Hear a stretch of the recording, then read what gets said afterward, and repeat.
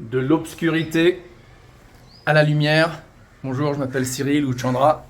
Je fais des vidéos sur la spiritualité de l'Inde. Et donc, si tu crois que la conscience, c'est un phénomène métaphysique au-delà des neurones et des protones dans ton cerveau, si tu crois à la loi du karma, on va en parler dans cette vidéo, et peut-être en l'existence de Dieu et de déesses dans l'univers, eh bien, considère s'il te plaît à t'abonner à cette chaîne. J'ai quelques problèmes avec notre cher Jean Laval sur sa conception de Dieu. Parce que, et on va en parler dans cette vidéo, parce qu'il y a une distinction hyper importante à faire, à mon humble avis, entre les non-dualistes et les personnalistes. Et Jean Laval, aussi nébuleux qu'il soit dans sa rhétorique, je dis ça un peu en le taquinant, mais en même temps, je crois que c'est une réalité. Quand tu creuses juste ne serait-ce qu'un tout petit peu, tu te rends compte ultimement, il appartient complètement à cette notion de non-dualité. Et donc, on en parle dans cette vidéo. Commençons donc avec quelque chose qu'il a dit, où il parle de cette notion de « I am God », je suis Dieu, pas « I am God », je ne vais pas faire de blague sexuelle, « I am God », ok ? Et écoutez ce qu'il dit. Écoutez ce qu'il dit. Quand tu exprimes I am God, je suis Dieu, certaines personnes se sentent outrées par rapport aux propos que tu peux exprimer, du fait que tu penses être une autre personne que tu n'es pas, alors que exprimer I am God, je suis Dieu, ne veut pas dire que je suis une autre personne. Ça veut juste dire que je suis. Ouais, bah alors là, donc, encore une fois, du non-dualisme à fond, quoi. La prémisse de sa rhétorique, c'est « je suis »,« tu es »,« nous sommes tous Dieu ». Dans quelques minutes, vous allez voir, il parle de la goutte d'eau qui se fond dans l'océan. Et ultimement, nous sommes tous l'océan. Et donc, il est en train de nous donner une culpabilité à ceux qui sont en effet offensés, outrés, perturbés par cette rhétorique non-dualiste. Et là, je parle de qui ? Je parle de tous les chrétiens. Je parle de tous les musulmans.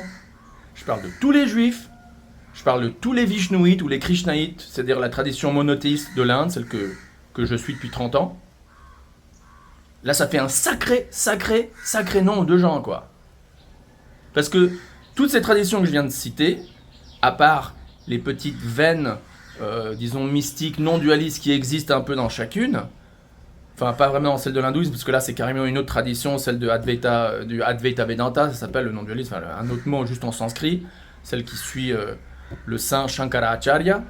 Mais t'as les soufis, t'as les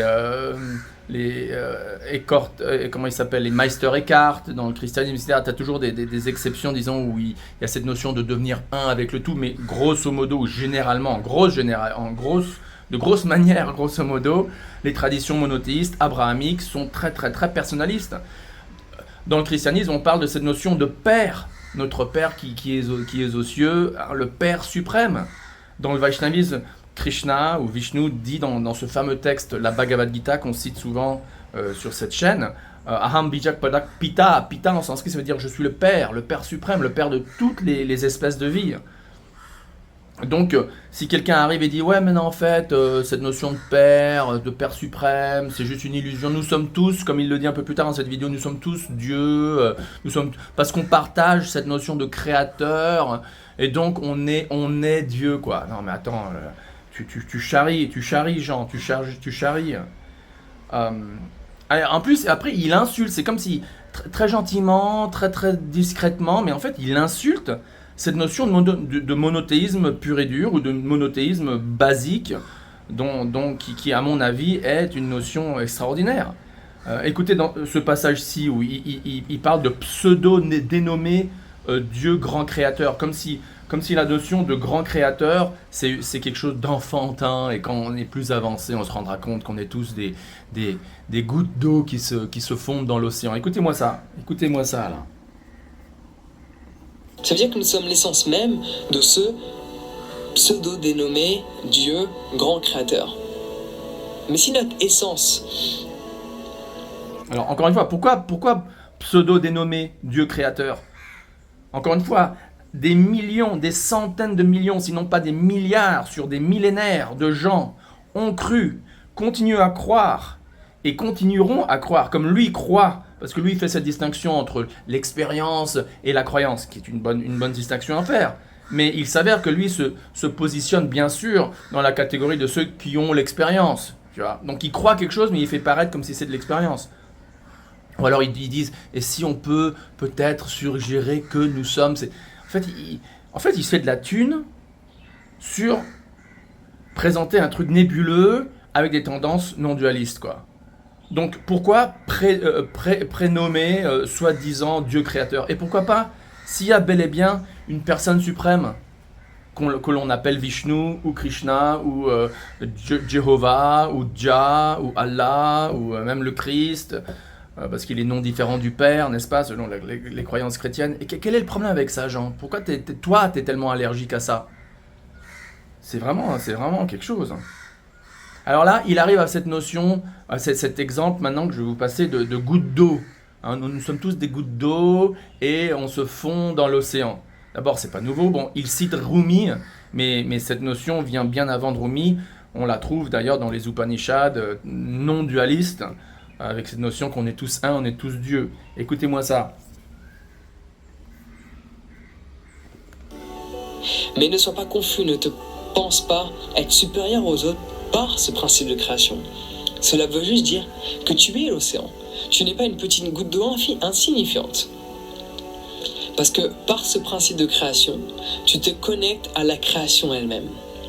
Donc toi, petite goutte d'eau, humain créateur, en étant connecté à l'océan créateur, tu n'es plus cette petite goutte d'eau insignifiante.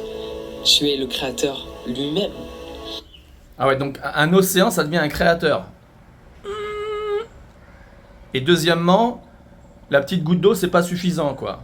La petite goutte d'eau qui a une relation d'amour avec le créateur, non, ça c'est, laisse tomber. De toute façon, cette goutte d'eau qui se fond dans l'océan, c'est... Pour les personnalistes, encore une fois, les Vishnuites ou les Krishnaïtes, les Juifs, les chrétiens, les musulmans, c'est une aberration théologique. Parce que ça nie cette notion de relationnel entre une âme individuelle et un Dieu suprême qui, oui, en effet, est un créateur suprême que nous ne sommes pas. Nous sommes peut-être en qualité, mais ça ne veut pas dire que nous sommes ontologiquement ce Dieu et que ce Dieu est nous à 100%. Et c'est ce que notre cher Jean est en train de nous dire. Alors à la fin, il dit, ouais, voilà, si vous êtes heurté, dites-le moi dans les commentaires. Pratique, parce que ça fait marcher l'algorithme. Écoutez. J'espère que le message est passé, que celui-ci est clair. Ah ouais, alors c'est quoi le message? C'est pas la peine de prier, c'est pas la peine de parler d'un Dieu créateur, c'est pas la peine de comme Bob Marley disait, give thanks and praises, de glorifier un être suprême, d'être dépendant de lui. Non, parce que tu es Dieu, nous sommes tous Dieu. Mais bon, s'il te plaît, donne-moi de l'argent, donne-moi du fric pour mon nouveau livre quand même. Et fais marcher l'algorithme, comme ça me ramènera plus de thunes et plus de popularité. N'hésite pas à me donner ton avis constructif sur le sujet sans pour autant avoir pris les choses personnellement. Parce que j'ai pratique à dire ça, hein. Attaqué une de tes croyances. Pose-toi un instant. Alors si on lui dit, mais oui, mais moi j'attaque ta croyance que nous sommes tous un. Ah, il dira, ah oui, bah alors d'accord, il n'y a pas de problème parce que ultimement nous sommes tous un. Donc si tu crois qu'on n'est pas un, ultimement on est tous un. Donc ça fait rien. c'est de la jonglerie. Inspire, expire, recentre-toi vers ton intérieur, ressens cette force créatrice et exprime-la dans les commentaires. Sur ce, prends soin de toi, passe une excellente journée et à très vite. Bah, écoute, je veux pas trop le critiquer, mais je veux dire, ça me paraît hypocrite. Tout simplement, ça me paraît hypocrite. Alors le positif, c'est que bon, il essaye de faire du bien à autrui, il essaye d'élever la conscience d'autrui, tout en se gagnant son fric, parce que c'est comme ça qu'il gagne son argent. C'est peut-être pour ça qu'il parle pas trop du divin. Cette vidéo, par exemple, elle vient d'il y a quand même 3 ans. Il parle de trucs beaucoup plus, disons, psychologiques, pratiques. À ce moment-là, c'est plus respectable, quoi. Parce que là, ça rentre dans le domaine de la psychologie point final, quoi. Et là, c'est un domaine, disons, matériel qui peut être engagé dans le spirituel, d'accord, mais c'est quand même un domaine qui reste physique. Mais dès qu'il rentre dans les sujets métaphysiques, on voit très clairement que notre cher Jean Laval est complètement ancré dans cette notion de non-dualité. Et c'est dommage. Le jour où Jean dira ultimement, je crois en Jah, je crois en un Dieu suprême qui n'est pas moi, j'ai des qualités de lui, mais lui, il est omniscient, je ne le suis pas, je ne le serai jamais. Il a créé l'univers, moi je peux peut-être créer un petit, je sais pas, un petit appareil photo, ça ne veut pas dire que j'aurai les puissances créatrices infinies de Dieu, etc. etc. Peut-être qu'un jour il priera comme ça. Comme on dit en anglais, don't hold your breath. En tout cas, merci d'avoir regardé et je vous souhaite une super journée. Et rappelons-nous, nous ne sommes pas ce corps, nous sommes des âmes éternelles, en tout cas, on l'espère. Merci encore. Bye.